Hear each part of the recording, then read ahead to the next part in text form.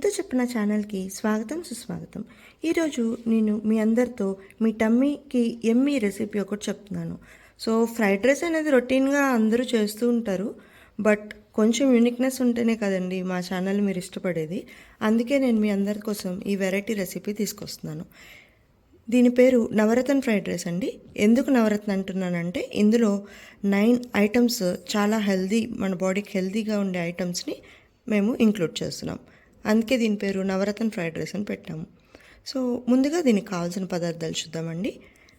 Bell peppers 3 colours, green, yellow, red, frozen peas, sweet corn, carrot, beans, baby corn, paneer, oil ఇవన్నీ fry చేసుకోవడానికి సరిపడా, salt టేస్ట్కి సరిపడా, rice ఈ గ్లాస్తో 2 గ్లాసెస్ అండి, and white pepper powder, tasting salt.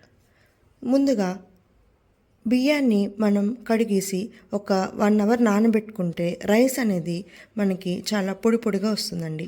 ఇందుకు ముందు దీని ప్రాసెస్ ఎలా చేయాలో చూద్దాం. మేము బాస్మతి రైస్ వచ్చేసి కోహినూర్ బాస్మతి సూపర్ వాడుతున్నామండి. సో ఈ రైస్ అయితే సేమ్ మనకి పిక్ పైన ఎలా ఉందో రైస్ అంతే పొడిగా అంతే టేస్టీగా వస్తుంది. ఇప్పుడు మనం ఈ వెజిటబుల్స్ అన్నీ ఉన్నాయి కదండి, వీటిల్లో క్యారెట్, బీన్స్ ఇలా చిన్నగా తరుక్కున్నాం కదా, దీన్ని కుక్కర్లో పెట్టి ఒక విజిల్ రానిస్తే చక్కగా ఇలా ఉడికిపోతాయండి. సో ఆ తర్వాత బాణంలో ఆయిల్ వేసి yellow capsicum, red capsicum, green capsicum, frozen peas అన్నీ వేసి ఇలా 1 నిమిషం ఉడకబెట్టుకుందాం. మనం ప్యారలల్గా ఇంకో పొయ్యి మీద ఇలా ఆయిల్ పెట్టుకుని ఆయిల్ హీట్ ఎక్కాక బేబీ కార్న్ ఇలా కట్ చేసి పెట్టుకున్నాం కదండి, ఇవి అలాగే ఉడకబెట్టుకోవాలి. ఇది అరౌండ్ 3-4 విజిల్స్ వస్తే చక్కగా ఉడికిపోతాయి బేబీ కార్న్.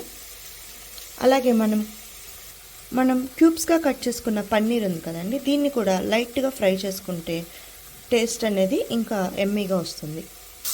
చూసారు కదండి, క్యాప్సికమ్ చక్కగా మగ్గిపోయింది. ఎందుకంటే మనం చాలా చిన్నగా తరుక్కున్నాం కాబట్టి ఎక్కువ టైం ఏం పట్టదండి ప్రాసెస్. సో ఇందులో ఇప్పుడు మనం ఉడకబెట్టి పెట్టుకున్న క్యారెట్, బీన్స్, పీస్ అవి వేసేద్దాం. ఇప్పుడు మనం ఉడకబెట్టి పెట్టుకున్న బాస్మతి రైస్, స్వీట్ కార్న్ ఉంది కదండి, సో దాన్ని కూడా వేసేసి ఇందాక మనం వేయించి పెట్టుకున్న బేబీ కార్న్, పన్నీరు, అలాగే రుచికి సరిపడా tasting salt, white pepper powder.